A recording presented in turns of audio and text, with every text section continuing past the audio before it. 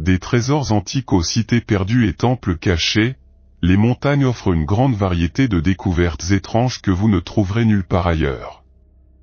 Voyagez avec nous à travers les régions montagneuses du Népal, de la Russie, du Congo, du Pérou et de nombreux autres endroits du monde pour découvrir les choses les plus étranges trouvées dans les montagnes. Numéro 1. La ville fortifiée de Machu Picchu est l'une des découvertes les plus charmantes faites au Pérou. Cette ville rocheuse a été découverte pour la première fois en 1911 par l'historien et explorateur américain Hiram Bingham. Depuis lors, plusieurs découvertes fascinantes ont été faites ici, mais la plus excitante d'entre elles est peut-être la porte secrète découverte en 2010. C'est l'ingénieur français Thierry Jamin qui a été le premier à remarquer cette porte fermée dans la partie urbaine du Machu Picchu. Excité de découvrir quel mystère se cachait derrière ces portes, Jamin a contacté l'explorateur français David Crespi pour enquêter. Crespi avait apporté avec lui un équipement spécial qui utilisait des rayons infrarouges pour scanner les pierres épaisses afin qu'il puisse au moins savoir ce qui se cachait derrière cette porte en pierre. Lorsqu'ils l'ont finalement scanné, ce qu'ils ont découvert était assez surprenant. Crespi et Jamin avaient localisé un mausolée spécial auquel on pouvait accéder par un escalier qui partait directement de cette porte. On pensait que c'était le dernier lieu de repos de Pachacutec, le souverain Inca qui a ordonné la construction du Machu Picchu. Mais cerise sur le gâteau, ils ont également découvert un trésor de métaux précieux à l'intérieur du mausolée. Leur excitation ne pouvait être contenue, et sans perdre de temps, Crespi et Jamin envoyèrent des demandes d'autorisation pour retirer les pierres recouvrant la porte et examiner ce qu'il y avait à l'intérieur de la grotte. Malheureusement, sa demande a été refusée. Les autorités du Machu Picchu ont affirmé que le retrait des pierres compromettrait l'intégrité de l'ensemble de la structure, ce qui signifie que l'ensemble pourrait s'effondrer. Et comme ils ne voulaient pas prendre ce risque, les fouilles ont été annulées. Numéro 2. À première vue, cela peut ressembler à une montagne, mais il s'agit en réalité d'un rocher de 10 millions de tonnes connu sous le nom de la Piedra del Peñol ou rocher de Guatapé. Cet incroyable monument est situé près de la frontière entre Guatapé et El Peñol à Antioquia, en Colombie. S'élevant à plus de 200 mètres au-dessus des plaines environnantes, le rocher de Guatapé est facilement visible de loin. La surface de la roche est presque complètement lisse, avec une longue fissure qui monte et descend sur une face. Au fil des années, un escalier de 649 marches a été intégré à la roche, donnant l'apparence d'une immense couture retenant la roche divisée. Maintenant, à propos de l'inscription sur l'un des côtés du rocher, il y a une histoire assez intéressante derrière elle. Il y a quelque temps, les habitants de Guatapé ont décidé de marquer le rocher du nom de leur ville. Mais alors que le projet était en cours, les habitants d'El Peñol, qui revendiquaient également le rocher comme leur propriété, ont commencé à protester contre le tableau. Il ne fallut pas longtemps pour qu'une foule se forme et que le travail s'arrête, mais pas avant que le « G » et le premier trait du « U » aient déjà été écrits. Numéro 3. La grande pyramide de Cholula, dans l'ancienne ville de Puebla au Mexique, une énorme montagne domine le paysage depuis des siècles, ou du moins c'est ce que l'on pensait. En réalité, c'est bien plus qu'une montagne. Lorsque l'explorateur espagnol Hernán Cortés arriva dans la ville antique, il la prit d'une main ferme, la pillant jusqu'à ce qu'il ne reste presque plus personne pour le combattre. Il fit alors construire une église au sommet de cette montagne, église qui s'y trouve encore aujourd'hui. À l'insu de tous, la montagne cachait en réalité la plus grande pyramide du monde. Oubliez la grande pyramide de Gizeh, celui-ci est beaucoup plus gros. À titre de comparaison, la pyramide d'Égypte mesure un peu plus de 230 mètres à la base, avec une hauteur initiale de 138 mètres, tandis que la pyramide de Cholula mesure 66 mètres de haut, mais mesure 450 mètres à la base. Bien que la pyramide de Gizeh soit sensiblement plus haute, la taille de la pyramide de Cholula dépasse sans effort le monument égyptien. Cependant, la pyramide entière était faite de bouée. Au fil du temps, elle s'est recouverte de végétation. Les historiens estiment que la construction a duré des siècles, chaque génération ajoutant son propre style architectural au monument. Aujourd'hui, elle est reconnue comme la plus grande pyramide du monde, un monument si énorme qu'on l'a confondu avec une montagne. Numéro 4. La ville intérieure de Lara est située dans les montagnes du Sahara au Pérou, à une altitude de 5100 mètres au-dessus du niveau de la mer. Elle se distingue comme l'une des zones urbaines les plus isolées au monde. La plupart de ses habitants travaillent dans les mines d'or locales, dispersées dans toute la zone. Cependant, les conditions de vie dans la ville sont précaires, il n'y a pas de système d'égout, et les déchets s'accumulent dans les rues ou sont incinérés. Les routes sont pleines de saleté et de déchets dont l'eau et le sol sont contaminés par du mercure, utilisé par les habitants pour l'extraction de l'or. Même les glaciers qui approvisionnent la ville en eau sont contaminés et fondent en raison de l'activité minière, augmentant la température locale.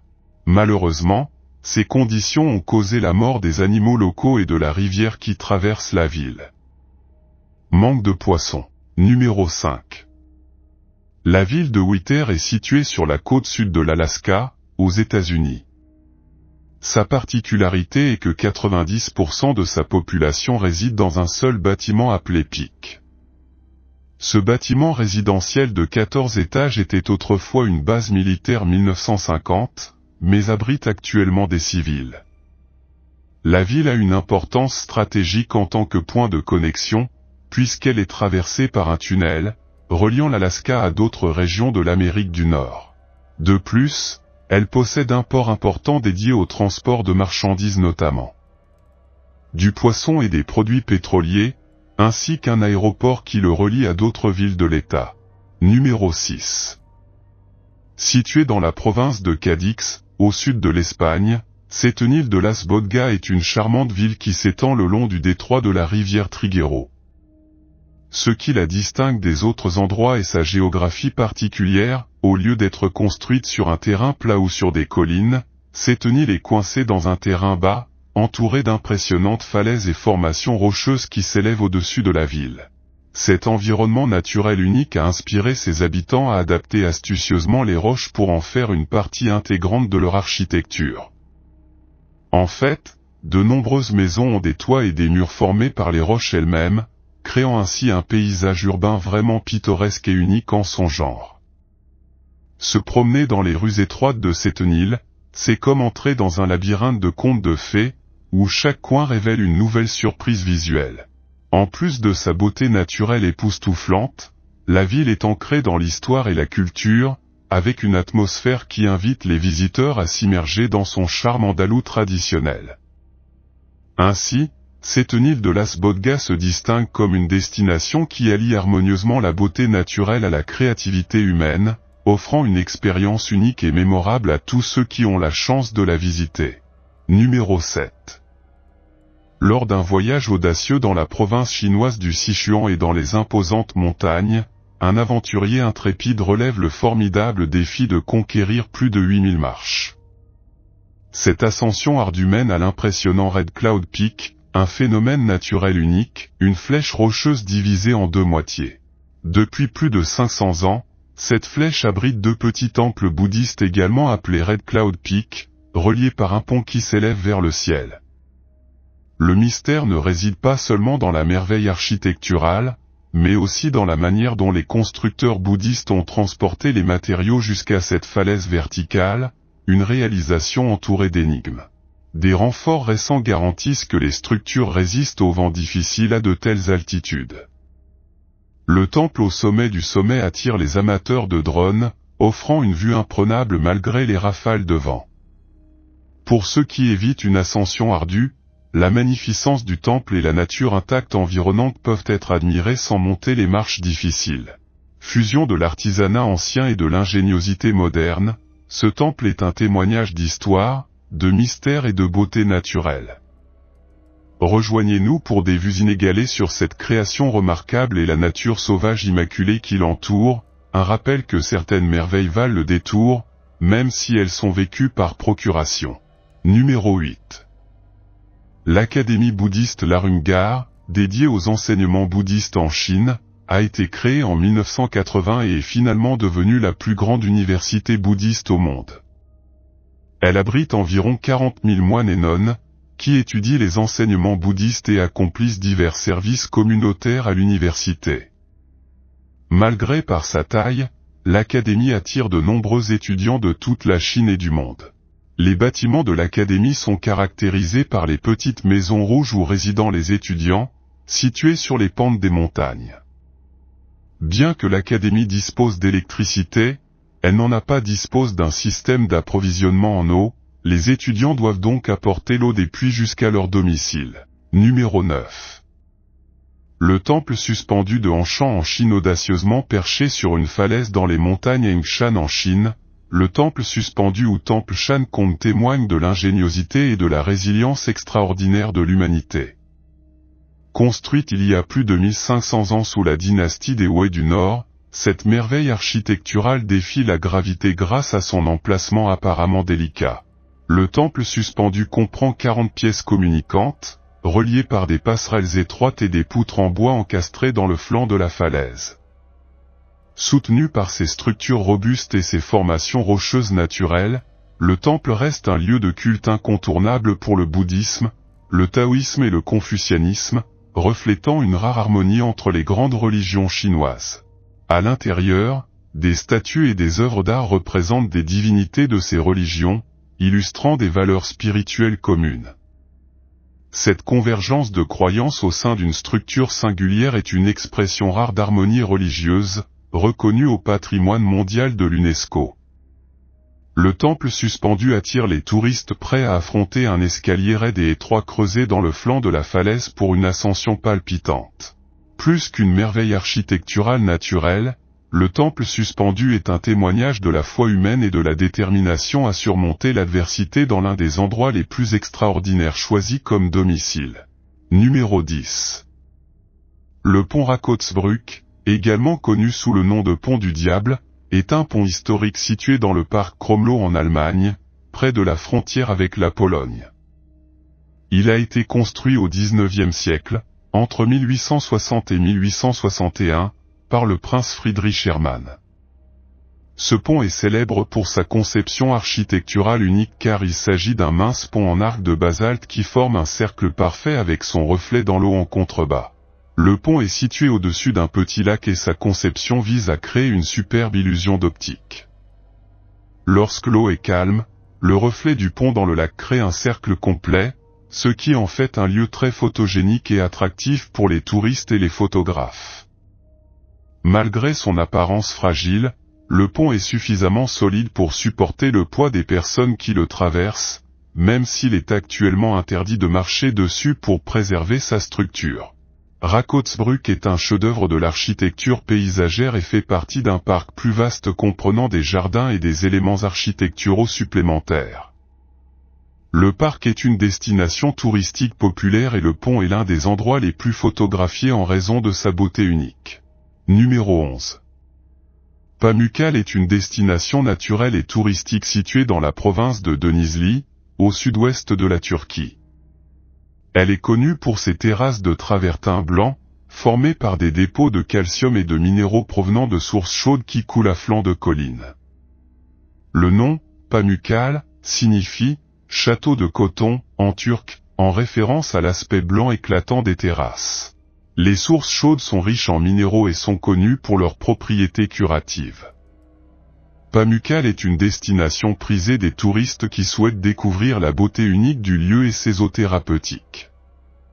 Le site abrite également les ruines de l'ancienne ville romaine de Hiérapoli, avec des temples, des théâtres et des bains datant du IIe siècle avant J.C. Pamukkale et Hiérapoli ont été déclarés sites du patrimoine mondial de l'UNESCO en 1998. Le gouvernement turc a mis en œuvre des mesures de conservation pour protéger le site, en limitant l'accès et en surveillant les conditions de l'eau. Pamukkale est un endroit magnifique qui allie merveilles naturelles et riche histoire, offrant une expérience unique aux visiteurs. Numéro 12. La statue de Jatayu, située au Kerala, en Inde, est une sculpture impressionnante qui commémore un épisode épique de la mythologie hindoue. Il représente Jatayu, un aigle gigantesque et ami du dieu Rama. Selon la légende du Ramayana, Jatayu a courageusement tenté de protéger Sita, la femme de Rama, lorsqu'elle a été kidnappée par le démon Ravana. La statue est située à Chadayamangalam, à l'endroit où Jatayu serait tombé blessé après la violente bataille. Ce monument célèbre non seulement la loyauté et le sacrifice de Jatayu, mais il est également devenu une attraction touristique majeure. La sculpture majestueuse met en valeur le riche héritage mythologique de l'Inde et offre aux visiteurs la possibilité de se plonger dans l'épopée du Ramayana. Visiter la statue de Jatayu est une expérience qui non seulement vous connecte à la mythologie hindoue, mais vous plonge également dans l'histoire et la culture du lieu. Cette représentation visuelle époustouflante du courage et de la loyauté de Jatayu est un rappel vivant de la riche tradition épique de l'Inde. Numéro 13. Gunjiwamp est un site archéologique situé près de Groton, dans le Connecticut, aux États-Unis. Cet endroit est célèbre pour ses nombreuses structures en pierre, bien qu'il n'y ait aucun accord sur leur âge ou leur fonction. Plusieurs hypothèses ont été proposées sur son origine, depuis les constructions amérindiennes jusqu'aux constructions coloniales européennes. L'une des hypothèses les plus frappantes suggère que les structures de Gunjiwamp ont été construites par des moines irlandais entre le VIe et le VIIIe siècle. Cette affirmation est basée sur la présence de structures similaires en Irlande et sur l'idée que ces moines ont traversé l'Atlantique pour éviter les Vikings. Cependant, cette affirmation manque de preuves solides et a fait l'objet de controverses parmi les chercheurs. Numéro 14. Skelly Michael est l'un des 2 sites du patrimoine mondial de l'UNESCO en République d'Irlande. Cet endroit abrite le monastère de Saint-Fionnan, l'une des premières fondations du pays, situé sur un magnifique rocher au large des côtes du Kerry. Les moines qui vivaient à Skelly Michael priaient et dormaient dans des maisons en pierre en forme de ruche, dont beaucoup existent encore aujourd'hui. Au Xe siècle, les moines quittent l'île et elle devient un lieu de pèlerinage et de refuge pour les catholiques pendant les lois pénales. Pour suivre les traces des moines, il faut gravir 618 marches hautes et inégales. Se rendre à Skelly Michael peut être difficile, mais cela en vaut la peine. En plus de sa riche histoire, l'île possède une énorme abondance de vie aviaire. L'île possède la 2e plus grande colonie de fous de bassin au monde. Numéro 15. Grotte de Fingal, le brouillard qui enveloppe parfois l'île, à 8 miles à l'ouest de Mull dans les Hébrides intérieures d'Écosse, est aussi épais que les brumes qui cachent la vérité sur Fingal. Approchée depuis l'eau, la grotte de Fingal semble trop belle, trop architecturalement conçue pour être naturelle, un trou en forme de cœur de 42 pieds de haut et entouré des mêmes colonnes hexagonales de basalte qui bordent la chaussée des Géants dans le nord de l'Irlande. Ce fut l'une des premières attractions touristiques d'Écosse. C'est un lieu de rencontre pour des célébrités telles que Wordsworth, Keats et Cher. En effet, Fingal Cave possède une autre caractéristique qui se reflète dans son nom gaélique, en Uembin, ou Music Cave. L'acoustique cristalline créée par les colonnes de basalte et le plafond voûté a conduit Mendelssohn à composer son Ouverture des Hébrides, une merveilleuse œuvre d'art.